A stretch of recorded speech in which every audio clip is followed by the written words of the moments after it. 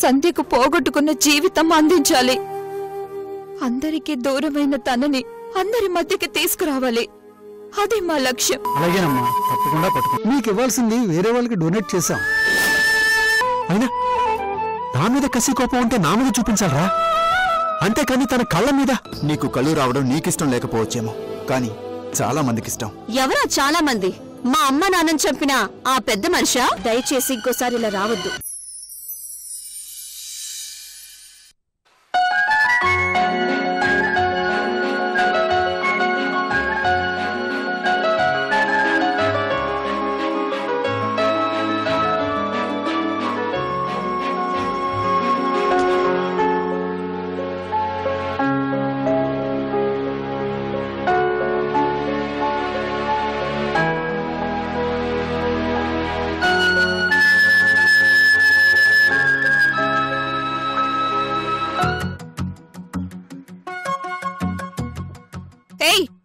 ఎవరది? వదులు. వదలను. ఎవరో చెప్పుకో చూద్దాం. గౌతమ్.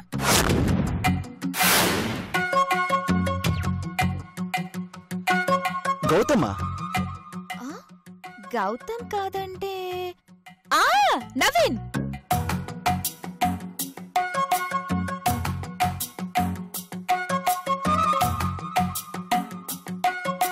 నవీనా? ఈ రఫ్ గా ఉండే చేతులు తనవే. ఈ కండలు చూస్తుంటే ఎస్ నవీనే.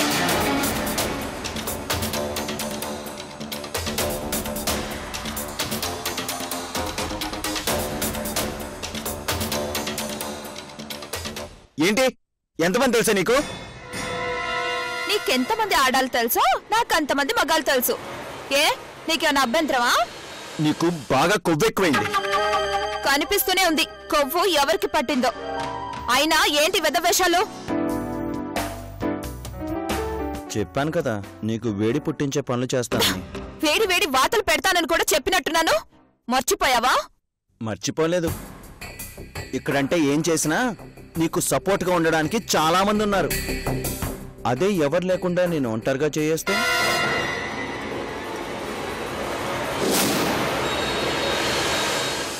ఏంటి? అర్థం కాలేదా? నిన్ను లొంగ తీసుకోవడానికి చాలా ప్రయత్నాలు చేశాను, ఒక్క రేపెటం తప్ప. అబ్బచ్చా, చాలా ఆశలున్నాయే. అవి తీరేవి కావులే. నాకు తెలుసు. ఇక్కడ కుదరదనే వేరే చోట ప్లాన్ చేశాను.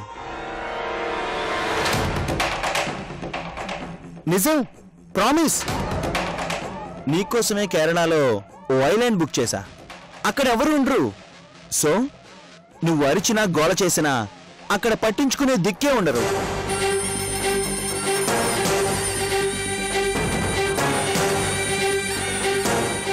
నువ్వు బుక్ చేస్తే నేను వస్తానని ఎలా అనుకున్నావు? నేను రావాలి కదా. వస్తావు, నేనే రప్పిస్తాను. అంత సీన్ లేదు. ఉంది. ఎలాగో చెప్పనా? ఎలా? హనీమూన్ ట్రిప్ అని అఫీషియల్ గా తీసుకెళ్తాను.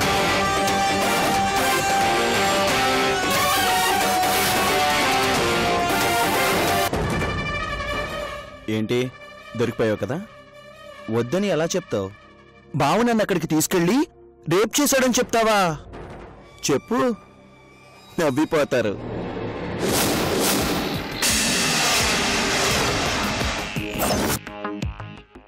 నువ్వు రానన్నా ఊరుకోరు.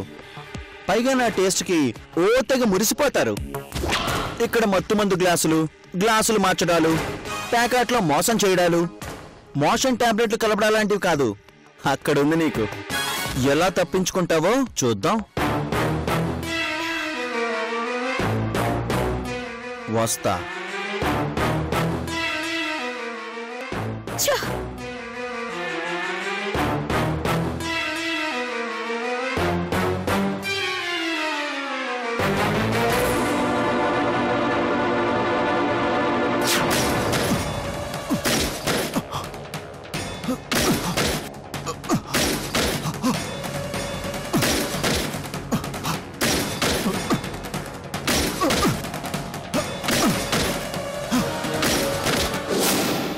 నేనెవ్వరిని ద్వేషించటం లేదు.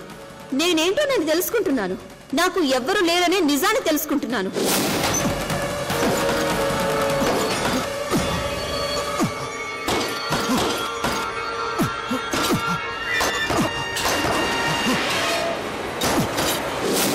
నేనెవరిని ప్రేమించలేదు.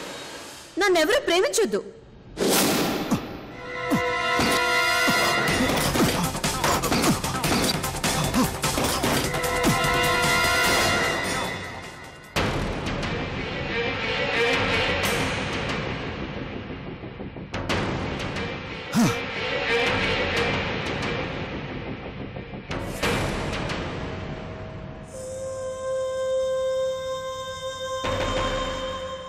బాబు, మీరేంటి బామ్మ ఇలా వచ్చారు? నీకోసమేనయ్యా.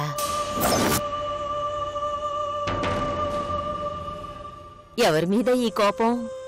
ఈ ఇసుక మూట మీదనా?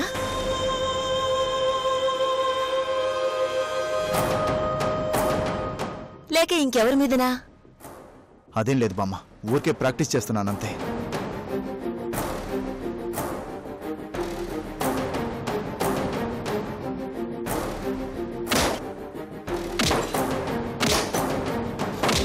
బాబు, ప్రాణం లేని ఈ మూట కూడా తనకు తగిలే దెబ్బలకు అటూ ఇటూ ఊగుతోంది. మరి మనసుకు తగిలే దెబ్బలకు నువ్వెంతలా బాధపడాలి? ఏం లేదని అబద్ధం చెప్తే సరిపోతుందా? ఏ కారణం లేకుండానే ఇక్కడ నువ్వు అక్కడ సమీక్ష ఏడుస్తూ ఉంటారా? నేనేం ఏడవడం లేదు. ఆయన ఏడవలసిన అవసరం నాకేంటి? ఇదే మాట సమీక్ష కూడా చెప్పింది. నీలాగే మాట దాటేసింది. మీ అమ్మమ్మ అడిగినా నిజం చెప్పవని ఏం జరిగిందో నన్నడిగింది. నా మనవరాలు ఎలాగూ చెప్పలేదు. కనీసం నువ్వైనా చెప్పు బాబు. ఏం జరిగినా చిన్నప్పటినుంచి నీలో నువ్వే దాచుకునేవాడివట కదా. ఇలా ఎంతకాలం దాచుకుని మనసుని కష్టపెడతావు చెప్పయ్యా. నేను సమీక్షకి నాన్నమ్మనైతే నీకు అమ్మమ్మని చెప్పు నాన్న.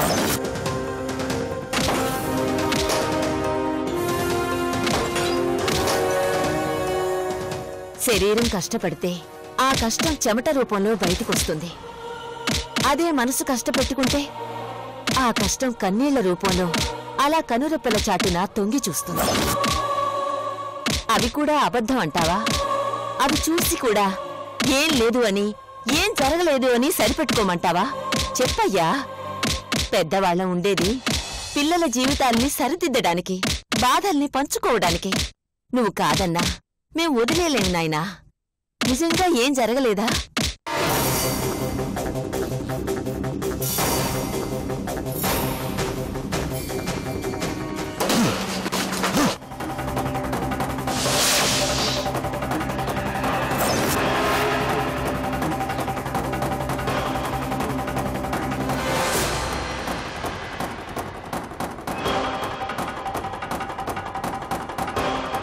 ఊరుకో బాబు, బాధపడకు. నా మనవడికి కష్టం వస్తే నా మనసు ఊరుకుంటుందా చెప్పు? చిన్న చిన్న వాటికి నువ్వు బాధపడవు. మనసుని కదిలించే బాధ ఏదో నీ గుండెల్లో నిండిపోయింది. అదేంటో చెప్పు నాన్నా. ఏం చెప్పను బామ్మ, సమీక్షకి నాకు చాలా పెద్ద గొడవైంది. అది ఎంత దూరం వెళ్ళిందంటే నేను తనకి ఏమీ కాను అనేసింది.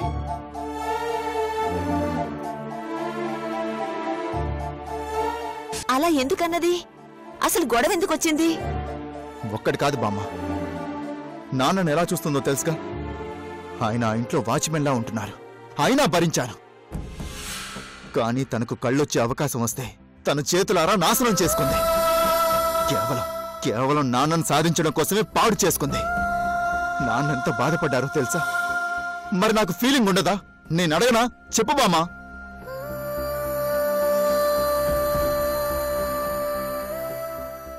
అయినా పర్వాలేదులే బామ్మ. ఏ తనకు నేను అవసరం లేదనుకున్నప్పుడు నాకు తన అవసరం లేదు బామ్మ. ఎవరూ లేకుండా నేనింతకాలం బ్రతకలేదా? ఇక ముందు బ్రతకలేనా? అవసరం లేదు. నాకు ఎవరు అవసరం లేదు. అసలు నాలాంటి వాడికి ఇలాంటి సెంటిమెంట్ అటాచ్మెంట్స్ ఉండకూడదు. వద్దు నాన్న, ఆవేశపడకు. ఆవేశపడ్డానికి ఇది సమయం కాదు.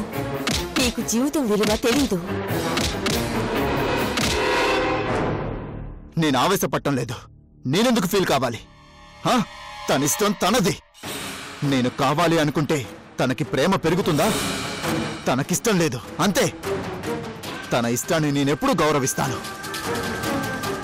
మీరు వెళ్ళండి. మీరిక్కడికి వచ్చారని తెలిస్తే సమీక్ష మిమ్మల్ని కూడా కాదనుకుంటుంది. ప్లీజ్ వెళ్ళండి.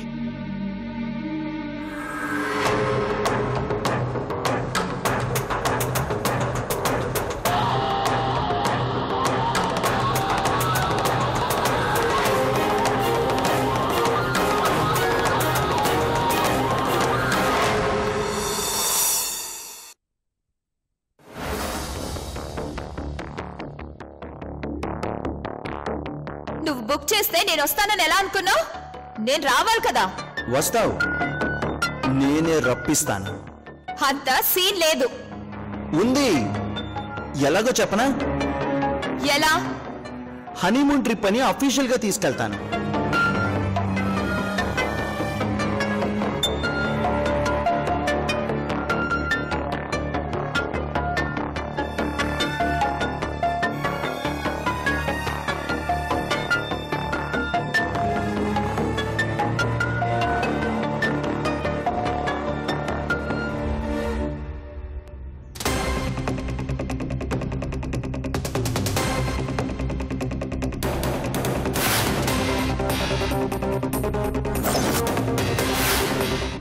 దొరికిపోయావు కదా. వద్దని ఎలా చెప్తావు? బావ నన్ను అక్కడికి తీసుకెళ్ళి రేప్ చేశాడని చెప్తావా? చెప్పు, నవ్విపోతారు.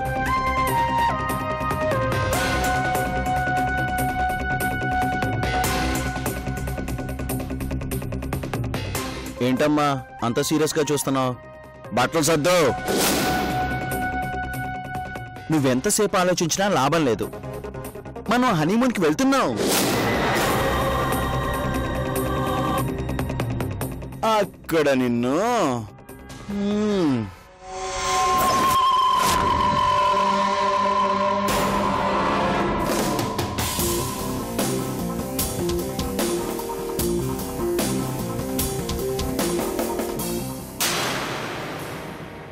ఏంటి కోపమా?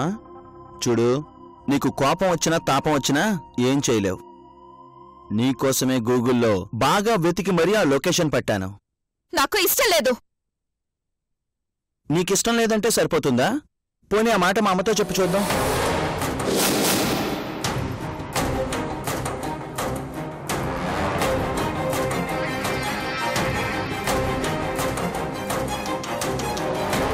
నువ్వేం అనడానికి కూడా ఛాన్స్ లేదు.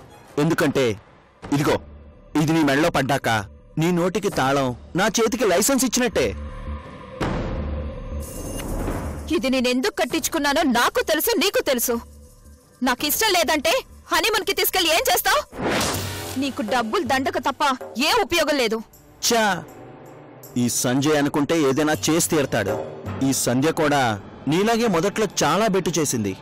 కానీ చివరికి ఏం జరిగింది?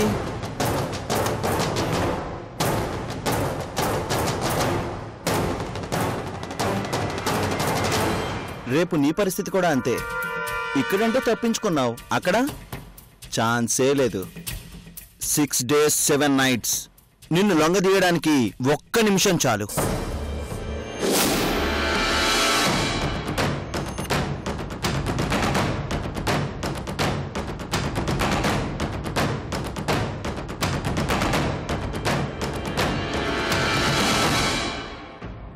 ఇక నువ్వు ఆలోచించడానికి ఏమీ లేదు. నీకు తెలిసిన విద్యలని నా మీద ప్రయోగించావుగా, ఇక నీకే అవకాశమూ లేదు. నాకు ఒంట్లో బాలేదని చెప్తాను, అప్పుడేం చేస్తావు? నువ్వు చెప్పినా మా అమ్మ నమ్మదు. ఎందుకు నమ్మదు? లేదంటే మామయ్యకి చెప్తాను. అంతేగాని నీకు మాత్రం లొంగను. అంత తేలిగ్గా వదిలితే నీకు మొగుండెలా అవుతానే? నీకంటే ముందే వెళ్ళి నీ ప్లాన్ గురించి చెప్పనా? నువ్వు కావాలనే హనీమూన్కి వెళ్లకుండా అడ్డుపడుతున్నావని చెప్తాను. ఎందుకంటే నాతో కలిసి ఒంటరిగా వెళ్ళడానికి భయమని చెప్తాను.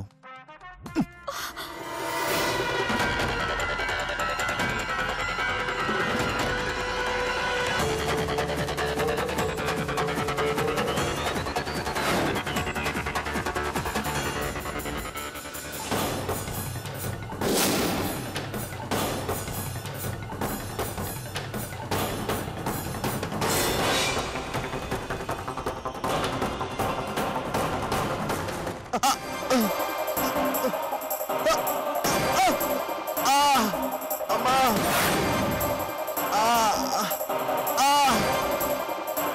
సంజయ్ రే సంజయ్ అయ్యో అమ్మా సంజయ్ ఏమైందిరా కాలు చూసుకోవాలి కదా ఏమైంది అత్తయ్య అమ్మా జాగ్రత్త అక్కడ ఏముందో ఏమిటో మీ బాబు ఇప్పుడే కాలు చేరిపడ్డాడు అయ్యో అత్తయ్య ఇక్కడ నూనె ఉంది అత్తయ్య నూనె అక్కడెలా పడింది మెలుగరా ఏంట్రా నొప్పిగా ఉందా ఏంటండి ఇంకా చూస్తున్నారు డాక్టర్ ఫోన్ చేయండి చేస్తున్నాను ఇప్పుడు నొప్పి ఇప్పుడు ఏమైందండి ఏమై ఉంటుందో ఏంటో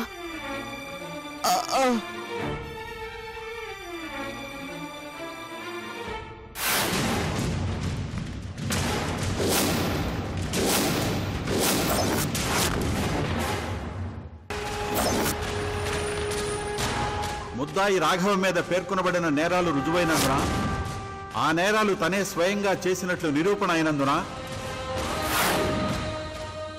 రాఘవని నిందితుడుగా గుర్తించడమైనది. ఐపీసీ 302, 376 సెక్షన్ల ప్రకారం రాఘవకు యావజ్జీవ కారాగార శిక్ష విధించడమైనది.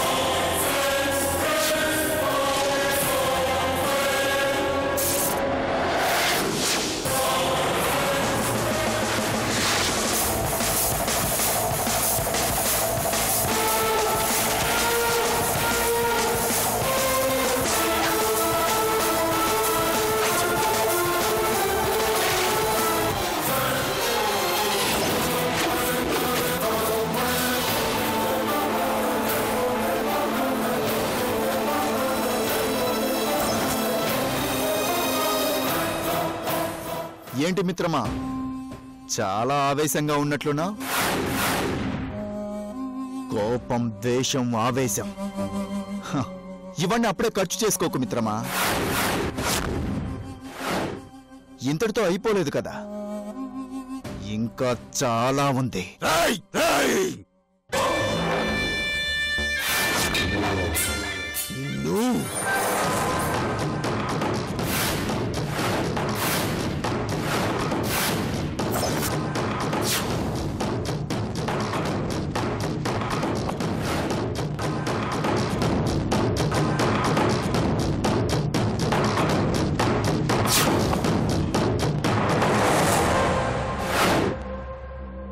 డ్యూటీలో ఉన్న పోలీస్ ఆఫీసర్ షర్ట్ పట్టుకుంటే ఏం చేయొచ్చో తెలుసా?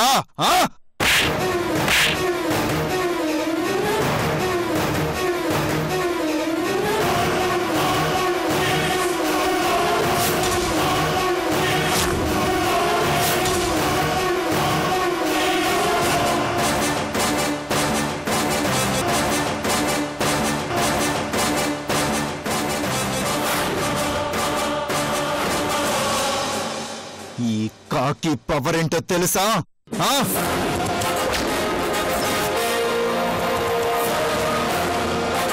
మండే నిప్పు లాంటిది. పట్టుకుంటే మాడిపోతావు, ఆడుకోవాలని చూస్తే తగలబడిపోతావు.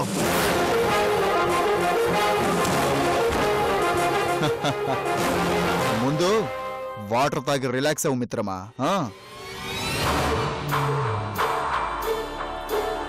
నీ కొడుక్కి శిక్ష పట్టంతో అంతా అయిపోయిందనుకోకు.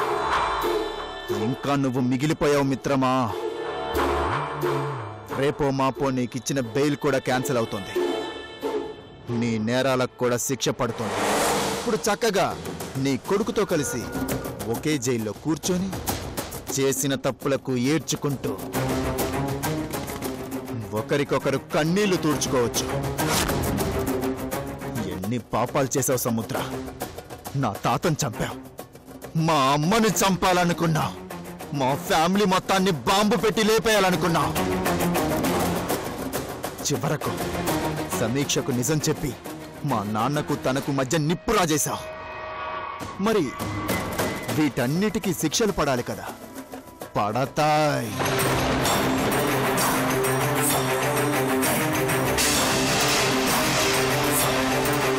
చిన్నప్పటి నుంచి వాడిలో మేం తీసుకురాలేని మార్పు నీ పరిచయం తీసుకొచ్చిందమ్మా. అయితే వాడు నీ మనసులో లేడని నీ గుండెల మీద చెయ్యేసుకొని చెప్పగలవా?